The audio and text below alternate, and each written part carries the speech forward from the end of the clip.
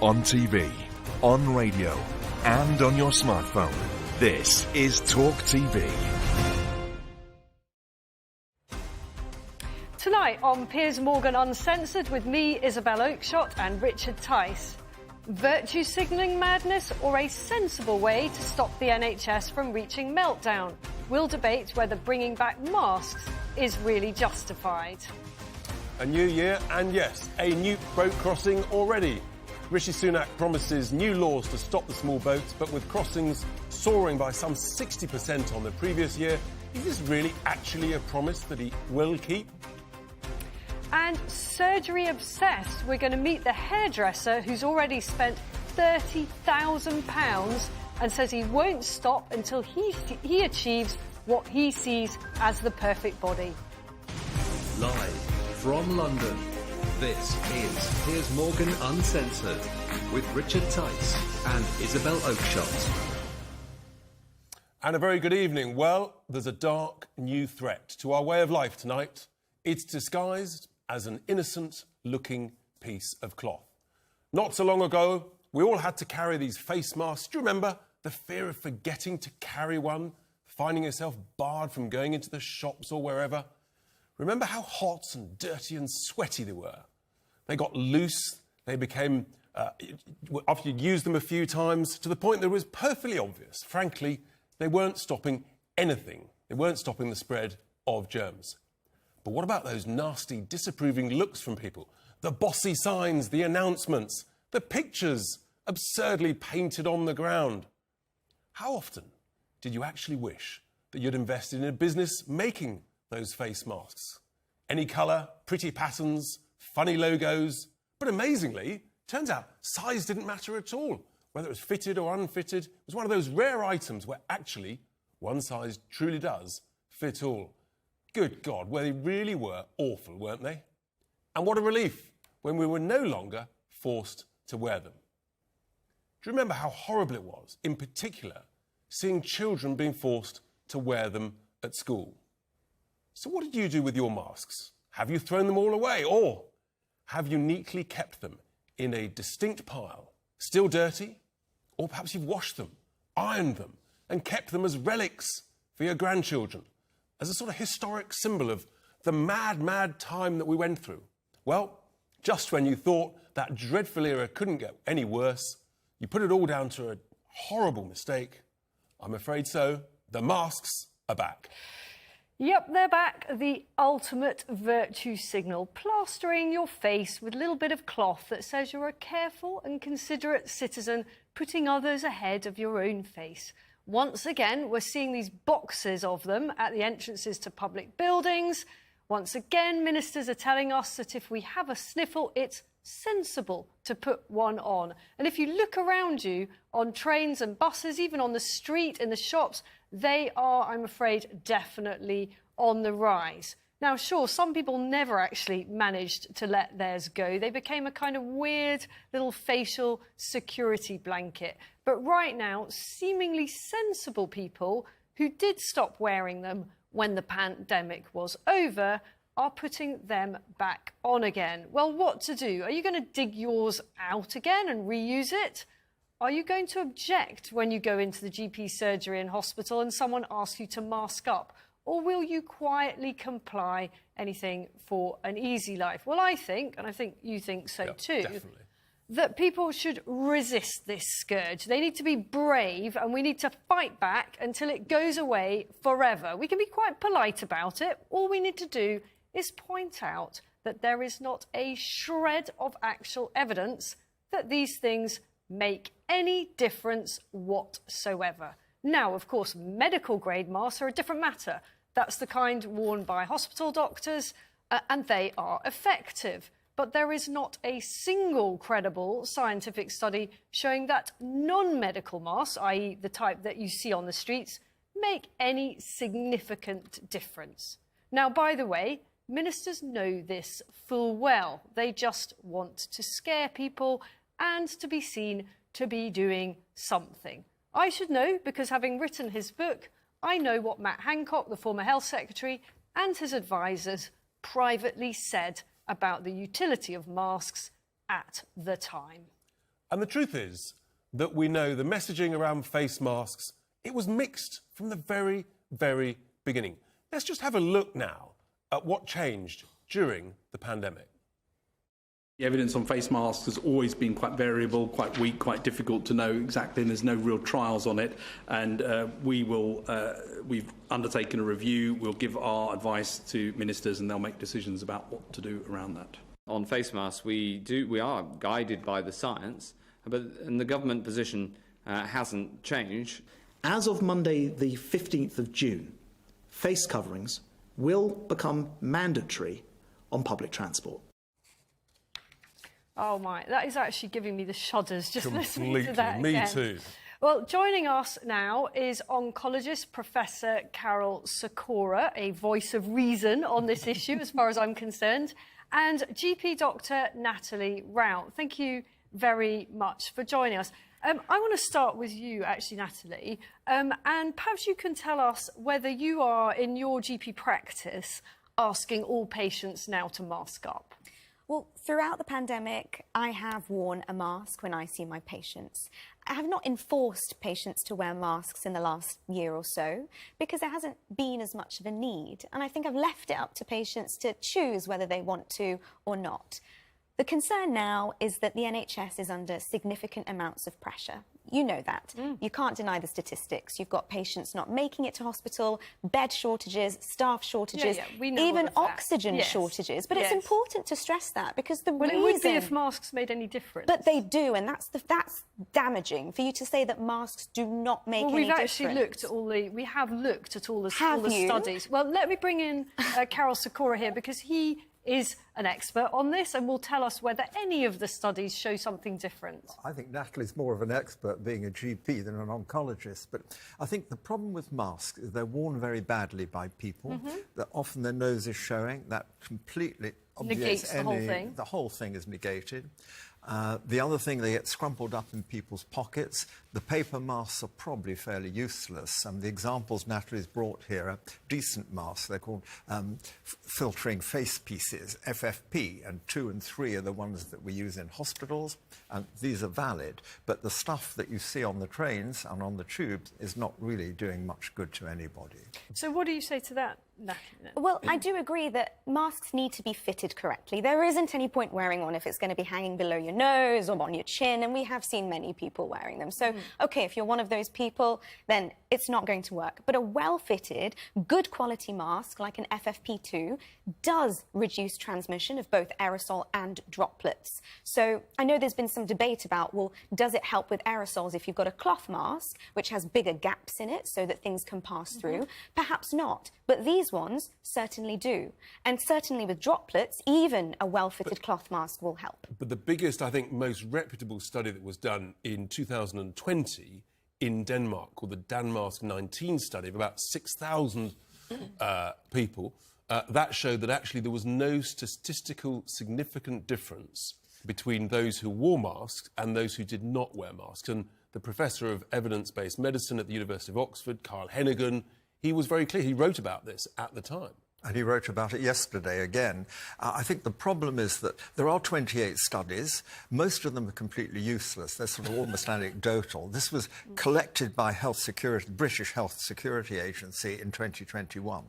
And there are 2 that look good. One is the study you just mentioned, and there's another study which showed the opposite, that the masks were effective. So I think the jury's out. What I really object to is this idea that if you wear a mask, you're somehow saving the NHS. It's just like, you've got cancer, don't bother going to the GP. Which is exactly what you're suggesting. I mean, I'm sorry, you're not saying we're saving it. No, I'm not but suggesting that we're saving it, but it's a small step. It's an easy step. I mean, you're just saying how inconvenient it is. It's just another little thing, just like all those things incrementally built up during the pandemic. Is it more inconvenient than It's not about inconvenience. social distancing? I actually think there's something very sinister about covering your face with something which we all know doesn't work. How can you say that when several countries and cultures have done that pre-pandemic for years? But let's, It's a sign of respect. but let's look at the evidence of Germany, where actually they were required to wear the FFP3 mask for the whole of 2021. And guess what happened at the end of 2021? They had a huge, huge surge of the new variant. So essentially, it made no difference whatsoever. And I think just look at the evidence, the scientific evidence, the anecdotal evidence, and I think it's clear, particularly when most people are wearing pretty grubby, dirty cloth masks. But we're not asking everyone to wear an FFP3. The advice is that if you're unwell and you have a cough or you have got a runny nose, then wear one. Wear one if you're going into a healthcare institution where you're going to come into contact with more vulnerable people who are more susceptible to these viruses. So we're not going to have sort of a complete closure of all these viruses, but you're going to restrict it enough so that it buys the NHS a little bit more time. So are you actually saying then, instead of the advice being please wear a mask, actually the advice should be changed to, in these settings, in these circumstances, please wear a medical grade mask? Yes, I think that's sensible. And that, I think we could probably, you know, I'm not going to love it, but I could see the case for that. Can I just ask you how you felt about children being forced to wear masks in schools? I don't think anyone should be forced to do anything. I think at the time when we weren't fully vaccinated and we wanted to keep our children in education, wearing a mask was a sensible option that, like I said, is not restrictive. It's safe, it's not harmful, and it's easy to do. So, of course, there are certain children, for example, with learning disabilities, autism, Down syndrome, that they shouldn't have had to wear a mask, and they were actually exempt from wearing masks. But for the majority of children who are happy to wear them... I don't think any kids are happy to there wear are them. some children happy to wear them. I see them. Carol, you come in here because I can see you burning to jump in. I was amazed. The leader editorial in the Times today talks about masks, and it's very much, as you say, Natalie, but at the end it says, if you feel iffy, you should wear a mask. Now, wait a minute. If you feel iffy, if you've got a temperature, if you're ill, surely you shouldn't be going into a crowded room with other people. Right, the trouble is, you know, I came on a very early bus because of the train strike this morning, and, you know, the people sitting there on a 6:30 bus where I live can't afford not to go to work, whether they've got fevers or not. They won't be paid. And maybe the Times readers aren't in that category, but there weren't too many copies on. We need to come back to this point about children, because I fundamentally disagree. I think all of the evidence shows that actually children's education was dramatically hindered in terms of their development, particularly for younger children, but not by the wearing of masks, which held them back. Teachers couldn't properly communicate, and they felt terrified. They felt afraid, particularly young children who literally, for the first couple of years of their lives, they weren't seeing other faces.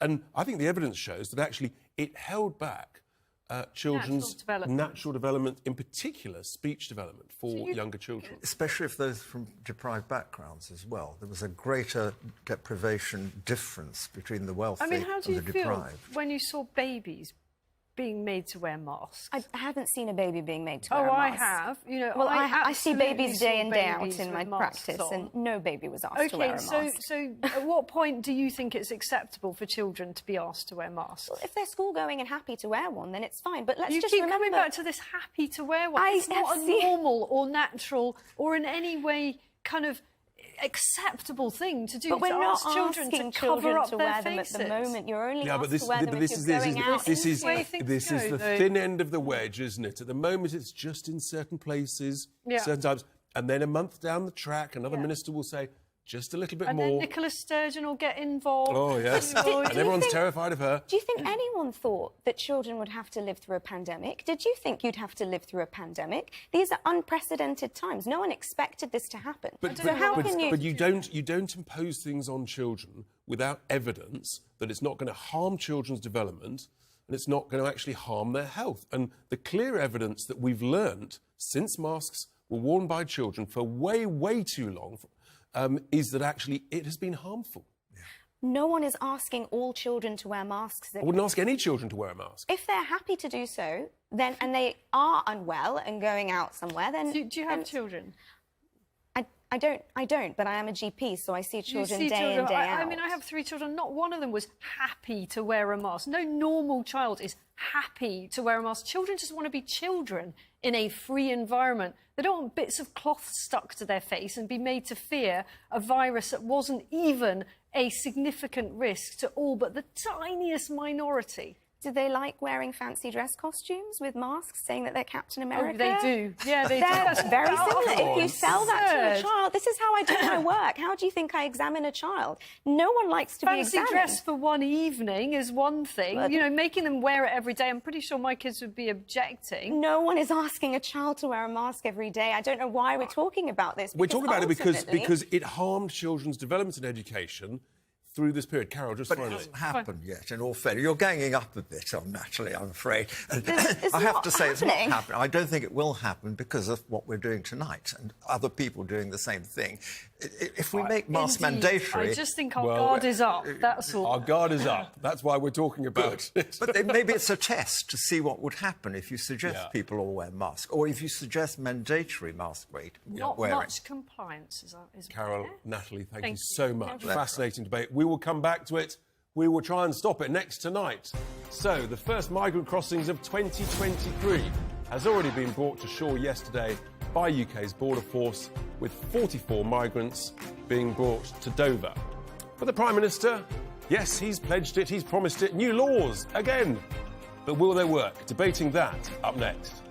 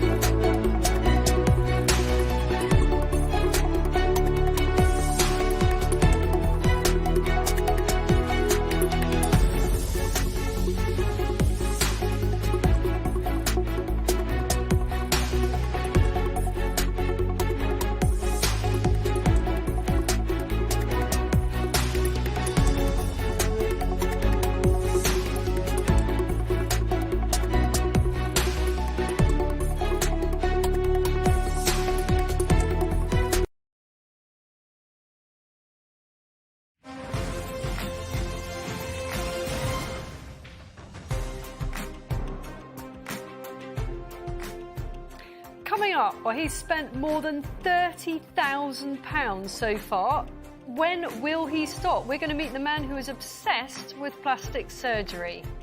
But before anything else, we just need to reflect on that discussion about masks. I mean, Natalie, what was she talking about? The sort of fancy dress and linking that to masks? So I thought she was doing quite well, because obviously we're both quite hostile to her point of view. I was sort of buying into the idea of medical grade masks being effective in certain settings.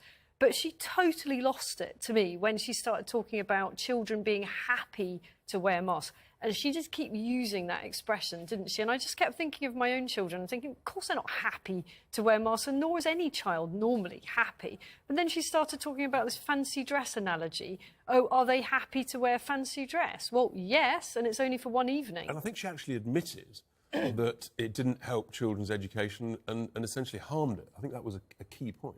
Yes, I mean, Carol Sikora provided quite a good bit of balance there, didn't he? But I mean, I wasn't left feeling any less militant on this issue. But this is the thin end of the wedge, and I am seriously worried. Yeah, no, definitely. And it's just the creeping nature of it, isn't it? Yeah, absolutely.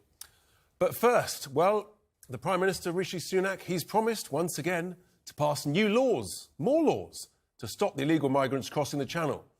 This is one of the government's 5 key priorities. Yet again, more priorities. Yes, the scale of the small boats crisis has soared over recent years. So in 2020, just over 8,000 migrants made the crossing, which is actually a huge number, but that shot up to more than 25,000 the next year. Turns out that was just the tip of the iceberg, and a record 45,756 made the journey last year. And with 44 migrants being brought ashore on the first small boat crossing of the year, the question is how many more are going to succeed in reaching the UK this year? Well, joining us is the former security and border management expert. Well, you're not a former expert, are you? You're a very current expert, Henry Bolton, and immigration lawyer Harjap Singh Bangal. Thank you very much for coming on to talk about this issue. So, Rishi Sunak today pledged to bring in new legislation to stop the small boats. Slight feeling of déjà vu, I have to say. Harjap, what do you think is going to change this year? I don't think much is going to change unless we're going to address fundamentally the root of the problem, and that is the gangs who are profiting and putting people on the dinghies and on the boats. There's been no sort of announcement as to how to get them. So we know that people trafficking makes more money than drug trafficking. So it's a big business.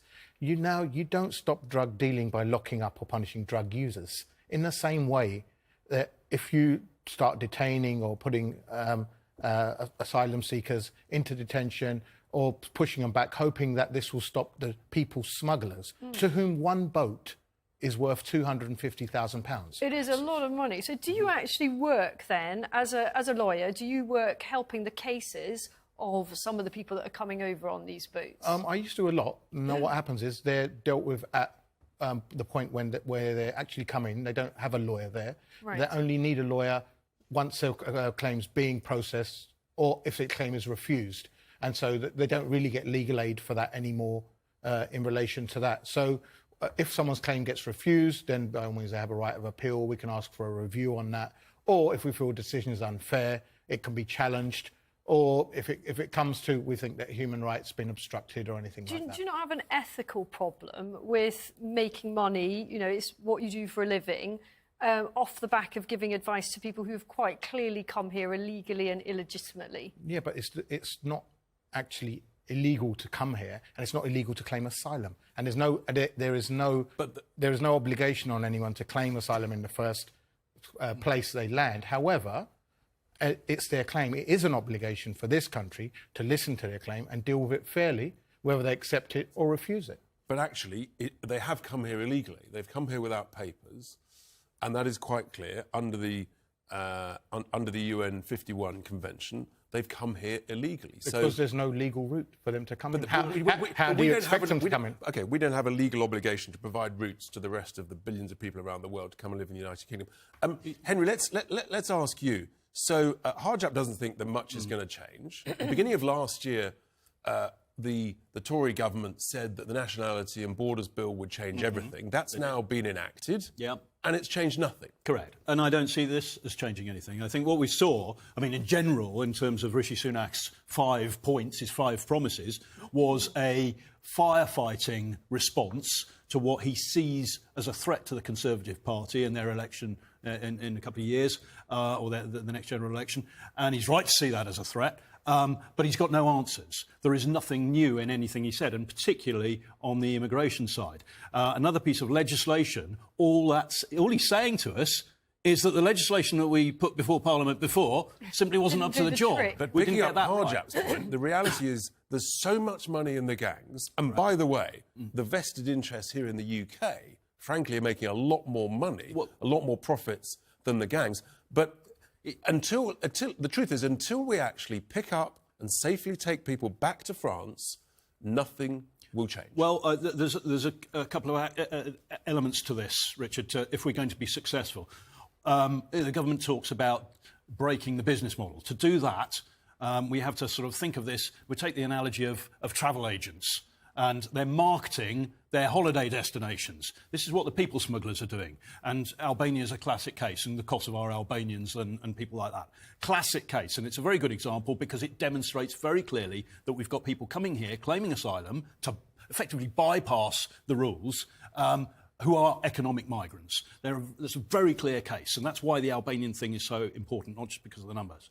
But if you want to disrupt that, you have to break that business model, and the only way to do it is to go after, as Harjap says, the organised crime networks. You've got to disrupt them, and you've got to hunt them down ruthlessly, not just work with a bit of training and capacity building. That's one element, though. Yeah. The other element, as you would do if you want to reduce the number of tourists going to a country, is reduce the attractiveness of that country, the acceptability of it. And we are an incredibly... We're very attractive. We're very attractive. And all you have to do is look at the amount of asylum claims that we accept and that we process and we grant for nationalities compared to the European Union. For example, the French or the Germans and so on, who absolutely take a great deal, particularly, again, in the case of economic migrants...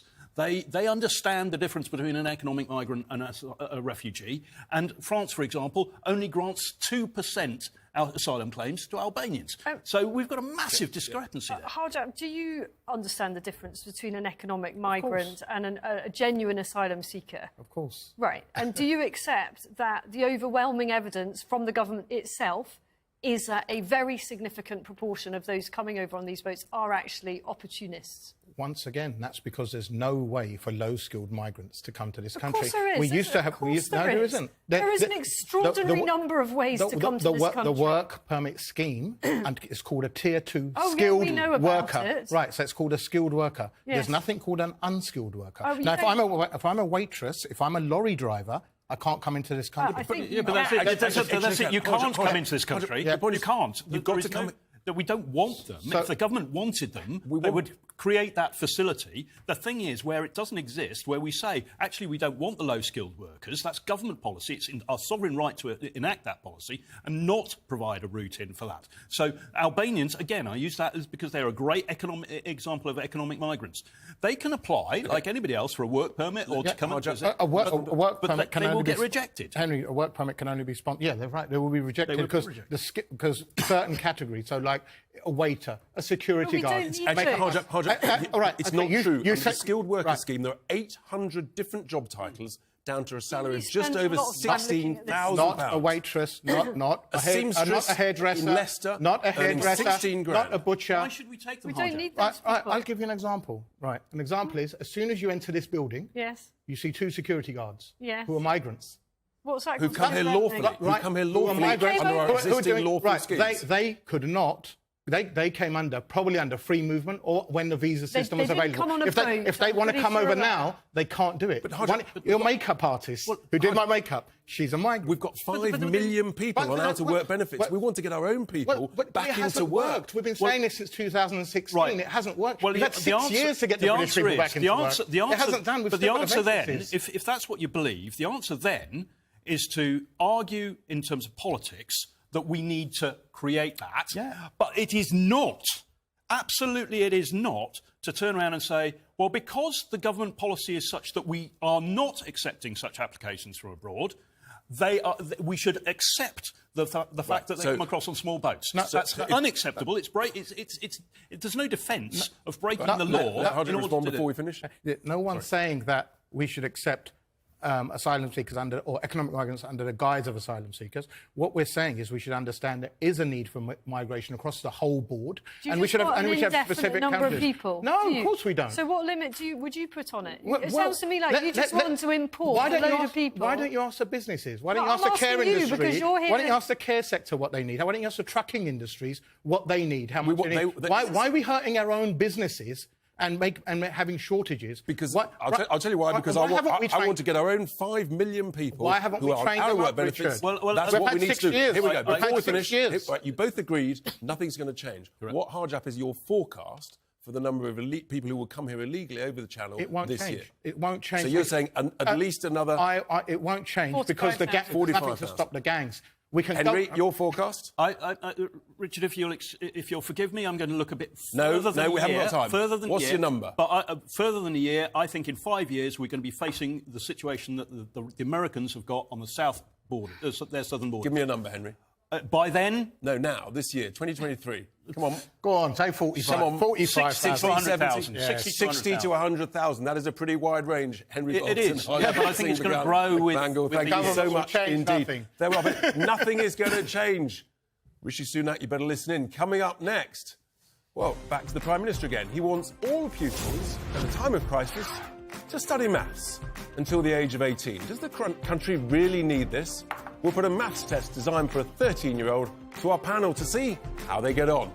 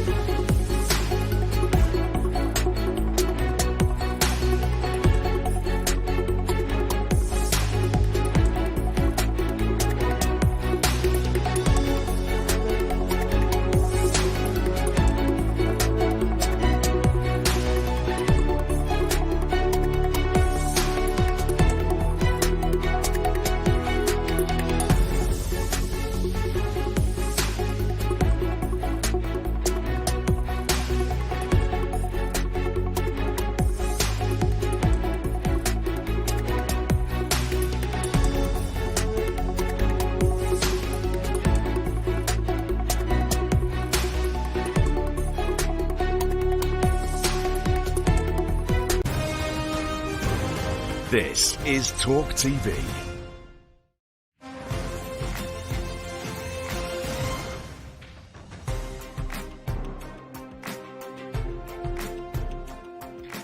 Still to come tonight, we'll meet the man who has spent a year's salary trying to make himself look perfect, or at least what he thinks is perfect. But first, let's just recap on that debate over the migrant crossings and Sunak's pledge to bring in new laws to stop it happening. I mean, what was interesting is that neither of them actually thought they were going to make any difference it's at all. utterly ridiculous. Here we are, another year, another bunch of laws from another Tory government with another Tory Prime Minister that talks the talk and never delivers on anything. And they both agree nothing's going to change. Henry's prediction, 60 to 100,000, even Harjap. Mind you, he's got a vested interest. He does have a vested interest. And the other thing is it always seems to get kind of conflated with the debate as to how much migration we need at all, whereas actually how people are coming across is a sort of a separate issue. Isn't it? Well, we could go on about that for ages. Could go on about that for One of your yonks. favourite topics. One of my favourite topics. But some of my favourite panel, of course, delighted to be joined by TV contributor Esther Kraku and the Daily Mirror associate editor Kevin Maguire. Very warm welcome to you. We are going to put you straight on your toes, team, because, oh, God. yes, the Prime Minister wants us all to learn maths. So just a quick question for you, team. Okay. Here we go. Oh, dear God. So, Esther, listen up. What could go wrong? What could possibly... An example... All right, so, Maya bought 18 apples. She used 50% of the apples to make apple pie and mixed a third of the apples with other fruits to make the salad. How many apples did she have left? A third of the remaining apples. You're so right You about absolutely the way nailed it, you see. You've it's identified the flaw, the greyness in the wording. Okay. So it's a third of the total apples. Okay, a third of the total apples. I mean, we always have to read the question again, don't Six, we? if it's a third of the... There you are, look at this. The panel are absolutely on top form. They've nailed it. Well done. No, I am impressed. I hate these questions. So I've got kids that age, and they sometimes do show me their maths homework and ask for help, and I'm so embarrassed to say that I think you have to be a bit of a linguist as well. I can't do it. And the wording is often so badly done that it could be many. Can I suggest if Rishi Sunak going to do this for 16, 17, 18-year-olds, he doesn't do apple pies, but maybe pints and shots. Well, yeah, that's more related. Let's come on to the Prime Minister, because the reality is that he's given a speech today that he rushed forward because I gave a speech in the morning. Oh, well, of course, it's all about you. It's all about me. Come on, it's all about me. Nothing changes here, does it? It's all about you. It always is. Steady. But look, he's given 5 key priorities, and we keep hearing about priorities. But, Kevin, what are your thoughts about this? I mean, the big headline they briefed out, maths to 18. Really? Which isn't one of his 5 priorities. Because 3 are on the economy, 1's on NHS waiting lists, and the 5th is on boat crossing. Which proved it was rushed. So, of course it was. And Richard, with all due respect to you, I think it's because Keir Starmer's making a speech Surely tomorrow. not. Given your party's nibbling away, part of the Tory vote, you may be a factor, but I think it was really Starmer. Look, if you haven't got anything really big to say, don't say anything. And that was the problem, because he came with 5 rather vague They were goals. vague. Esther, what is the likelihood, you think, of him achieving them? So if we just quickly run through them, there was reducing inflation. By half, which was the only specific thing he said. That'll hit this year, because the Office for Budget Responsibility is saying it'll be 3.8 at the end of the year. Anyway. Growing the economy, well, from a pretty low start. Bank of England says there's going to be a recession this year, so that'll be 2024, not this year. I think he's banking on the Americans not teetering technically into a recession. And then You can remember the other ones. Reducing NHS waiting lists. Well, they can fiddle that, can't and they? that was the vaguest of them all, because he just said reduce. He didn't actually say by how much. Probably 2024 too. More jobs, wasn't it? Wasn't more and better paid jobs? Unemployment's forecast to go up 500,000. And then the boat crossings. In a way, you can't cross them, because even if you have a safe and legal route in, which I think we should have, you may disagree, but I think we should. We've already got one. It's called a skilled worker visa program. They would still be those who wouldn't be allowed in, who are going to take a chance, which is a backhanded compliment. I think he's doing that on the chance that there's better sort of cooperation with the border force in France. I think that's why he's saying that, because he's sure that will pan out. On the maths point, though, I do think it was. I understood what he was saying. I think I might be the only person that kind of understood his trajectory, but he didn't elaborate it very well. But where's the sense that actually the country is in crisis? The country is literally broken. Nothing works in this place anymore. There's no sense of urgency about any of these priorities. No, because it's on their watch, isn't it? And they've been in power 13 years. So do you really want to say, we did have the biggest fall? We did have the biggest fall in living standards last year on record. We have got a wave of strikes. NHS is in crisis. Yeah. All have happened on their watch. So he can't say the country's broken. He just can't do it. He's got to pretend things are a bit better than they are, and he will make them even better. One person that's not pretending things are better than they should be is Nadine Dorries. You know, the Boris Johnson's outrider. She issued a furious tweet after that announcement by Rishi Sunak, basically talking about the unravelling of the last 3 years of what she called progressive Tory government. What did you make, Kevin, of that intervention by Nadine Dorries? And it will, of course, fuel speculation about a possible Boris comeback. Well, it will, because she's his outrider, isn't she? She's the number one fangirl. He put her in the man, you should probably get a woman that loves you like everybody. That is the antidote to divorce. Honestly. But most people would have to get a Labrador to get that amount of devotion. But of course, she's also cheesed off, to put it lightly, because they're not going to privatise Channel 4 by the looks of it, which she said they should, and he sees it not as a priority, and there's no real case to do it anyway. No one's talking public service. The whole thing's a complete red herring, frankly, given everything else that was going on. And I think it's a bit insulting, actually, to the British public. Like, with all the things going on, you really want to sort of play political Tetris with this pointless privatisation scheme. I don't think... I mean, I just think it would show the priorities are off, and it would really not play well. Isabel, but you know there's going to be push Johnson forward all the time. And Sunak isn't secure as Prime Minister. He isn't secure. So I think I'd be really interested in your take on, Sunak's been there for a few months now. The overwhelming sense seems to be, both within the party and among voters, that he's just incredibly underwhelming. What do you... Well, I'd agree, but I think he's probably the best they've got. And when you're on your third Prime Minister in a single Parliament, I don't think you can change again. What a dismal reflection on 350 Tory MPs that he's the best they got. I describe him as a bureaucratic, boring bean counter. But the thing is, he has to be only slightly better than Keir Starmer, who's also a bureaucratic, boring bean counter. That's the thing. It's about your opposition, not about you being a standout character. And this is the point. I think if you look at Keir Starmer and Rishi Sunak right now, their politics aren't actually very different. They're a lot of I think they're pretty big. No, but they're both variants of socialism. Well, yes, democratic socialism. Sunak and I think, but you can see that because the more left-wing part of the Labour Party are very unhappy with Keir Starmer at the moment as well. So you can see that they're really not that different in terms of their actual policies. I think if Keir Starmer was to win the general election tomorrow, his sort of political outlook would be just slightly more woke versions of Rishi Sunak, but the actual substance of it wouldn't be very different because ideological politics is dead. I think no. Look. Sunak is a Thatcherite. That's what he is. But he hasn't been able to deliver, has he? And he has the air of a provincial building society manager. You can imagine him in a very small branch in a little town. You're giving you tea and biscuits and saying you can't have your mortgage. That's what he's about. He doesn't inspire. I don't think we're going to disagree with you on that. Well, look, before we let you go, the next segment on the programme is an extraordinary story about a young man who has spent over 30 grand on surgery trying to create the perfect body. We have to ask... Did he succeed? Would either of you go down that route, potentially, at any point? What makes you think I haven't and it went wrong? Come on, Kevin!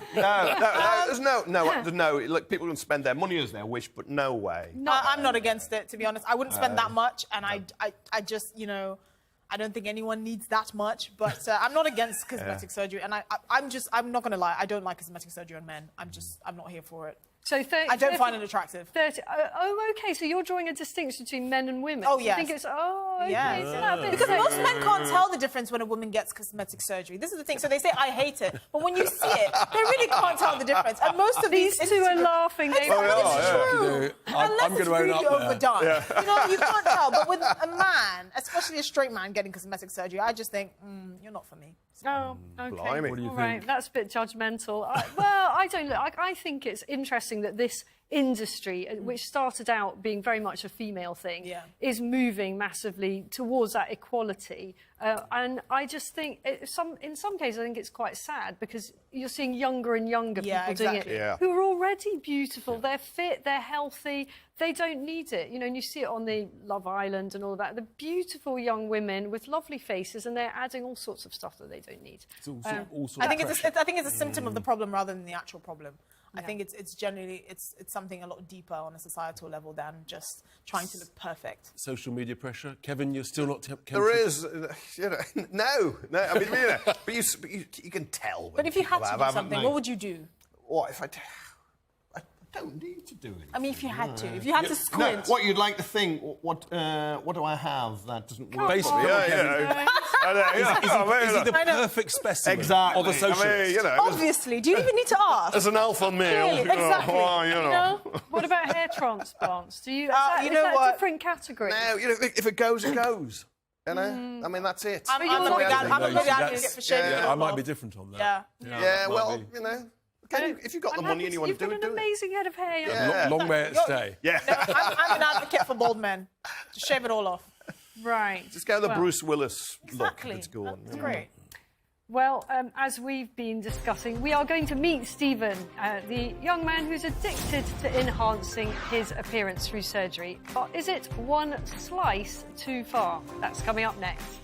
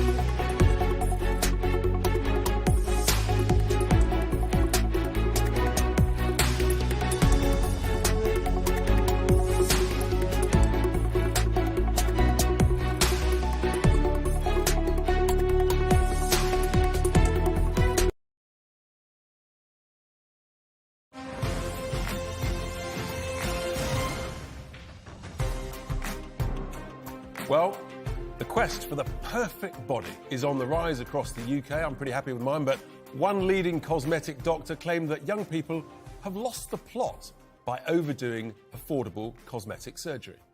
Well, Stephen Jarvis has spent more than £30,000 in the search for physical perfection. Stephen's first cosmetic procedure was his teeth, which cost a whopping £11,000. They are very beautiful teeth, I have to say. He has had a number of other cosmetic procedures on his face, including Botox and fillers, costing around £4,000. Now, we're not talking an old person here. He's very youthful.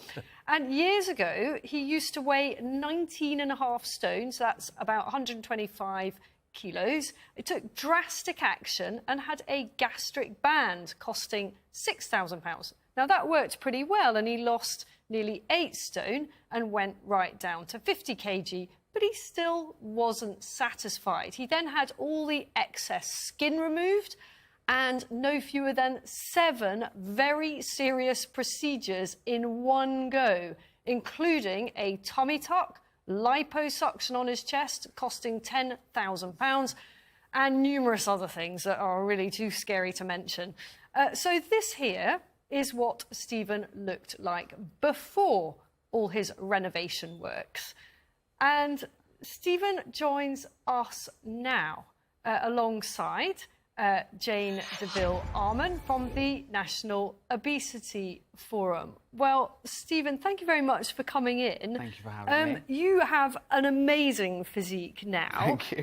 But we looked at the pictures of you before, and I can't say there was anything that much wrong with them. I dress very well. Why did you go down such a drastic route? So I was diagnosed with diabetes, and then I was put on an array of medication, from trial drugs to normal everyday drugs that diabetics can get.